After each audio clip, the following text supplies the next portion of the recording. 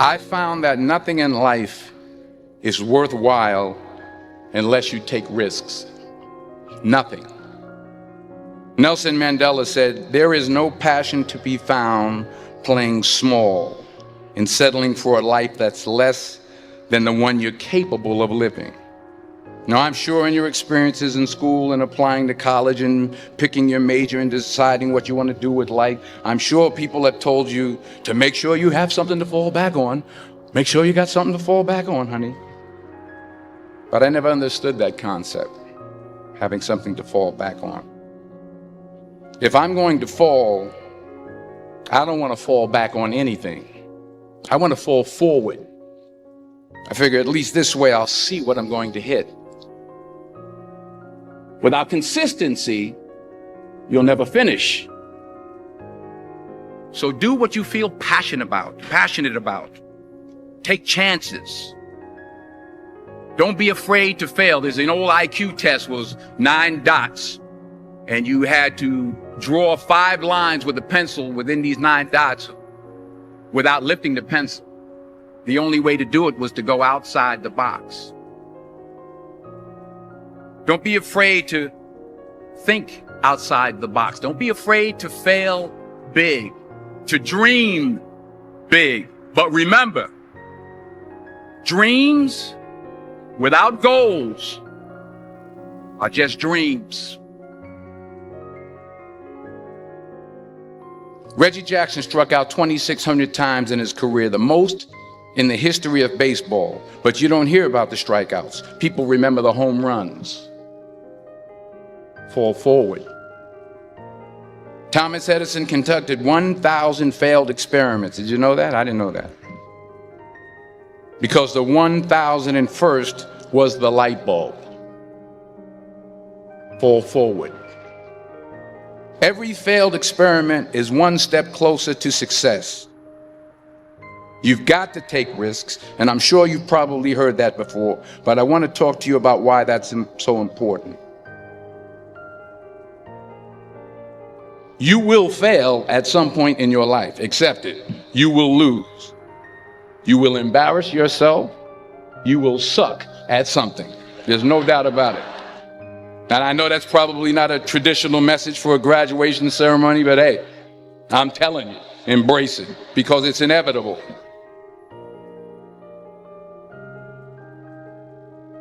In the acting business, you fail all the time. Early on in my career, I auditioned for a part in a Broadway musical. Perfect role for me, I thought, except for the fact that I can't sing. I didn't get the job. But here's the thing. I didn't quit. I didn't fall back. I walked out of there to prepare for the next audition, and the next audition, and the next audition. I prayed. I prayed. And I prayed. But I continued to fail and fail and fail. But it didn't matter because you know what? There's an old saying, you hang around the barbershop long enough, sooner or later you're going to get a haircut.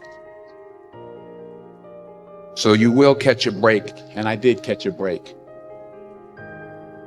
Last year, I did a play called Fences on Broadway. But here's the kicker. It was at the Court Theater. It was at the same theater that I failed that first audition 30 years prior.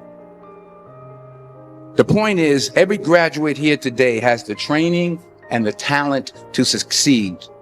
But do you have the guts to fail? If you don't fail, you're not even trying. I'll say it again. If you don't fail, you're not even trying.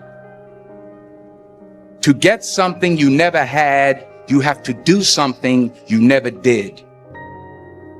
So imagine you're on your deathbed, and standing around your deathbed are the ghosts representing your unfulfilled potential.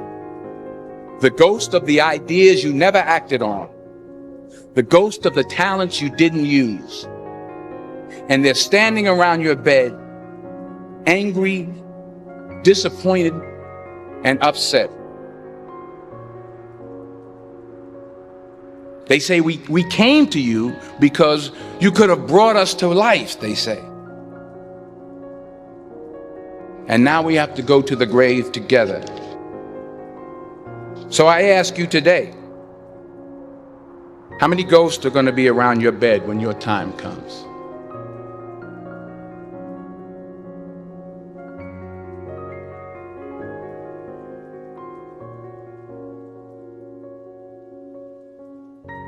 I just got back from South Africa. It's a beautiful country, but there are places there with terrible poverty that need help. And Africa is just the tip of the iceberg. The Middle East needs your help. Japan needs your help. Alabama needs your help. Tennessee needs your help. Louisiana needs your help. Philadelphia needs your help. The world needs a lot, and we need it from you. We really do. We need it from you young people. I mean, I'm not speaking for the rest of us up here, but I know I'm getting a little grayer. We need it from you, the young people, because remember this. You got to get out there. You got to give it everything you got, whether it's your time, your talent, your prayers, or your treasures. What are you going to do with what you have? I'm not talking about how much you have.